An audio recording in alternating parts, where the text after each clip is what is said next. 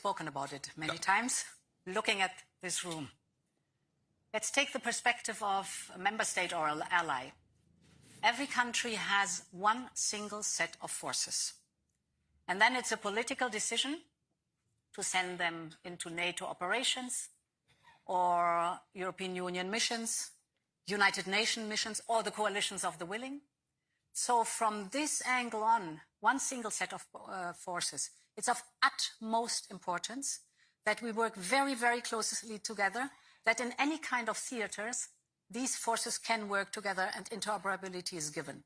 Everyone here in the room knows how important interoperability is, and that it's not so easy to make it happen with the industrial structure that we had so far. So this is something where we really have to work on.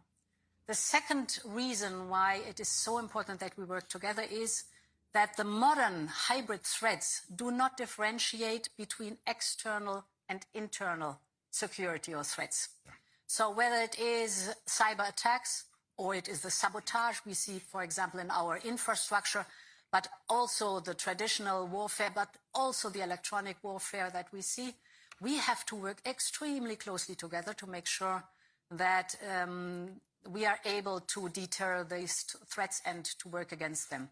So two good reasons why NATO and the European Union should work closely together, not to speak of military mobility. All these topics play a big role. I was just mentioning the omnibus, so the simplification in our rules. For example, permitting rules, you know how important that is and how cumbersome sometimes the permitting process is. Now we change this, we reduce the obligation, the permitting process, we reduce the time for permitting. Sounds very technical, is of crucial importance for you. And this is a European Union responsibility, but of course it helps us, but it also helps you. So we are as one. Yeah. So we know the why, and you have stressed the importance of NATO-EU cooperation for years. How have the organizations stepped up this cooperation more recently? Well, of course, for NATO, the EU is our essential partner. There's no doubt. And when I came into this office in October, one of the first things I did was grab the phone and call the President of the European Commission, Ursula von der Leyen, and we had lunch. And basically we said, we have to make sure that this works. Because there are risks. Let's be honest. The EU is an organization based on unanimity in many cases. NATO is completely based on unanimity. So you need the 27 in the EU, the 32 in NATO, to come to agreements. And it is not always easy, and then sometimes that creeps into the relations between the officials of both organizations. We said that will never happen. If there is a problem emerging, then we will grab the phone and we will only hang up when we have solved this, and even a comfort break is not on the cards. So that has not happened so far. And why is this important? For all the reasons Ursula was mentioning here. And let me just add, the European Union has this huge soft power of bringing together countries and industries, helping to build a defense industrial base. NATO, of course, focusing very much on the hard stuff of capabilities and standardization. And this is a total fit. And the good thing is, with you at the helm of the Commission, with Andrus in the Commission, with Kaja Kallas, with Antonia Costa, we have people now in the senior leadership in the EU who all have a background to understand why this is important. Next to me is sitting the former defense minister of Germany. So, I mean, you don't have to explain to her why this is important. Indeed, I sat for 5 years in NATO sessions. Exactly. And the good part is what you just rightly so said. Excellent cooperation starts with the leadership. So you know the European Union by heart too. 111 summits. Wow. Yeah. That's amazing. The fact that you are coming to our college, that you are inviting commissioners to the NAC speaks volumes. And indeed, I want to emphasize here in the room, because I have this NATO experience, it is, of course, guaranteed that with the push in the defense industrial base and the additional funding that we're supplying, I'm fully aware of the fact that we have to look at the identified capability gaps of NATO. And of course, we have to live up to the norms and standards of NATO. It would be completely crazy if we created different worlds. We know already how difficult it is to tackle the fragmentation we have today. So we have to even be better in not having too much divided and fragmented production lines. But because of this knowledge, it is for us essential that we fully align to these NATO standards and norms, for example, or the gap analysis, because this is only how we then create capabilities, military capabilities that are fit for one single set of forces. Can I add one thing? What this President of the Commission is doing, one of her first visits was to Turkey. You were able to come to a new deal with the United Kingdom. You were investing in relationships with Norway, of course, with the United States. You and the President of the United States know each other very well. And that all helps, because the EU is 23 of the 32 NATO allies. 29 NATO allies are outside the European Union. But by the fact that this President of the Commission is investing in all those relations, makes it also easier for me internally to get this done, and therefore make use of that combination of power. That's an important point indeed. Sorry, we take... No, you can... take over. I like the enthusiasm, yeah. But as Mark said, we have developed this security and defense partnership agreements. For example, with the UK, that was the first one, with Norway, also with Japan and South Korea, and yesterday with Canada.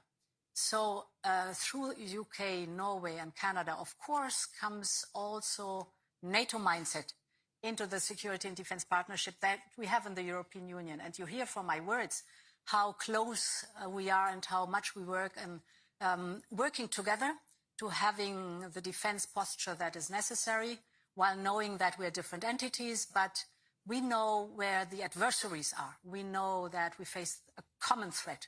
And we know that the adversaries do not differentiate between NATO and the European Union. They have their strategic goals, and we have to deter that. Yeah, the EU adapts to the geopolitical context. And maybe more specific to this defense industry forum, what more could be done to drive innovation and industrial production? So, innovation, if you look at the situation at the moment being with Russia's war in Ukraine, I must say, like all of you here in the room, I am deeply impressed how Ukraine, while fighting a war for their survival, has developed a defense industry, drones and ballistic missiles, from scratch, because there was nothing 3.5 years ago. And this while fighting a war. And of course, they are extremely innovative. And they explain to me, and I think also to all the others of you, they have learned, then Russia has learned. They have learned, Russia has learned. They have learned, Russia has learned. So they are, I think, the most modern what drones is concerned worldwide at the moment being. But Russia also has this knowledge. We should not underestimate that. So therefore, first point, our innovation office in Kyiv is there that we learn from Kyiv what it's all about. That's one part. Then in general, we have brilliant startups. We have talented people, fantastic minds here in the European Union with super startups. But then we see that this scaling up is difficult. Here in the European Union, it's mostly access to capital and sometimes cumbersome procedures in the single market that is not single enough, but fragmented.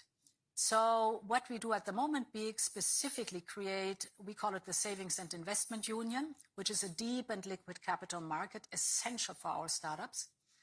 And to create for innovative startups a so-called 28th regime, so that they have one single regime, legal regime to look at when they want to grow and scale up in the European Union.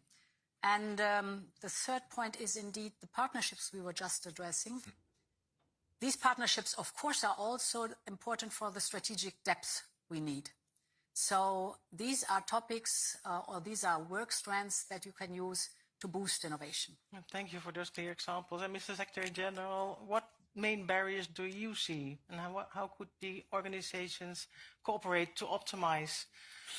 Yeah, well, what I've learned over the years is NATO and the EU are difficult beasts because you have unanimity, you have many different points of view. So perfection is not to be achieved, because for perfection you need too much time and nothing will happen in the meantime. So I think what we are doing now is working together in the spirit of keeping speed, the better not being the enemy of good, And when it comes, for example, to developing this whole issue of the defense industrial base, and within that, the issue of innovation, the fact that we have this experience between U4 and K4 in the Western Balkans. So we know how NATO and the EU can closely work together. The same is now the case in Kiev. We are really working very closely together, almost as one team, where we have the commands in Wiesbaden, of course, also working for Ukraine. We have our team in Ukraine. We have the EU team in Ukraine. And what we try to do is to make sure that this is all working as one. And having not too many official stuff going on, and Mr. So-and-so and excellency this. Keep it practical, keep it going, and know that perfection will never be there, because you will always have allies in NATO or member states in the EU who will try to slow it down a bit. But then you have to make sure that you work on the 80-90% of the countries who really want to speed up. Yeah. Spend your time there. That's much more efficient than spend all your time on the one or two laggards. That's the spirit. Madam President, Mr. Secretary General, thank you for your guidance and success in the days to come. Thank you so much. Thank you. Thanks a lot. We go out, or I have no idea. I have no idea. I think we go out. We now go out. Yeah, we go out? Okay. Oh, is Zelensky coming? He's coming. We stay here? Come on. Please. We stay here. Yeah. We stay here. Thank you, Madam President. Thank you, Mr. Secretary General. I think this forum and the way you engage with each other indicates how much progress we have achieved in bringing the NATO alliance and Europe together. And I think that's to the benefit, of course, of the alliance. It's to the benefit of Europe, and it also is to the benefit of Ukraine. And I think, Madam President, you rightly talked about the fact that we were all woken up by the innovation that Ukraine has been able to bring to the battlefield, which was quite impressive. Every time we visit Ukraine, we see in 3 months things have changed. And I think it has woken up everybody here that it's important to support Ukraine, but also it's important to continue our own innovation. We have woken up from a deep sleep, and I think this room is part of that new movement to basically bring the innovation to NATO as well, and to the EU. So we're very grateful for this display of cooperation. And we are now waiting for our next guest. Excellent. So it will take another minute for our next guest to join us. And of course, this afternoon, we will have several panels where we focus on some of the issues that you have discussed, including on financing, including how to achieve the capability targets. And we will also talk to the military side of NATO and talk about how all of this, all of what is going to happen tomorrow during the summit will help us basically bring closer the capacities and the capabilities we need in order to make sure that NATO is the alliance that is effectively deterring any aggression. So I think we have a program that will really help foster this partnership that we're looking for, the partnership between governments, the partnership between governments and the private sector, and also, of course, between the knowledge institutes that we now fully engage. So thank you very much for, and we will take another minute. And it's the job. It's the job, and it's the mission that we need to do. So, but thank you very much for being here. Give us 30 seconds or so, and we will be back with you, and we will continue our program.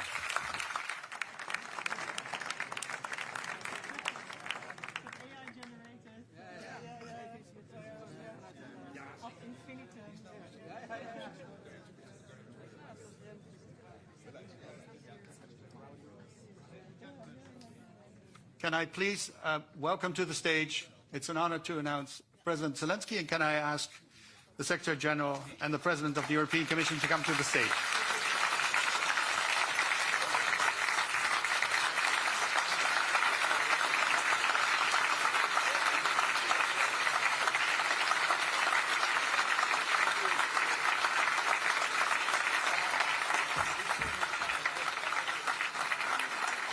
Maybe you can stand over here and allow the photographers.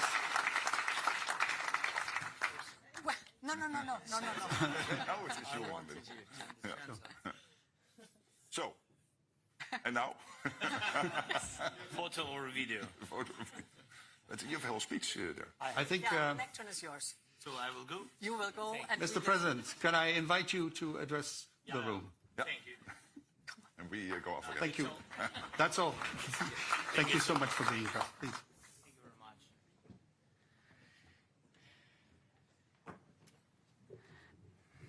Thank you so much. Thank you for invitation. Thank you again, Mark.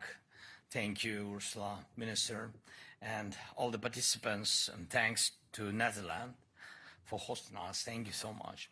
So, dear friends,